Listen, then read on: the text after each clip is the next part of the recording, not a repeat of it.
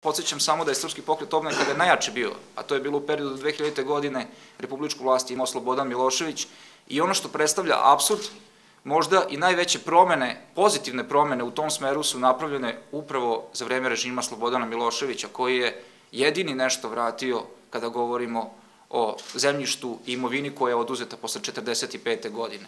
Nažalost, to je istina. Posle 2000. godine, sem pojedinačnih inicijativa, vrlo malo je urađeno po tome pitanju. Podsjetit ću samo da je pre nekoliko godina donešen zakon o denacionalizaciji kada su u pitanje crkve.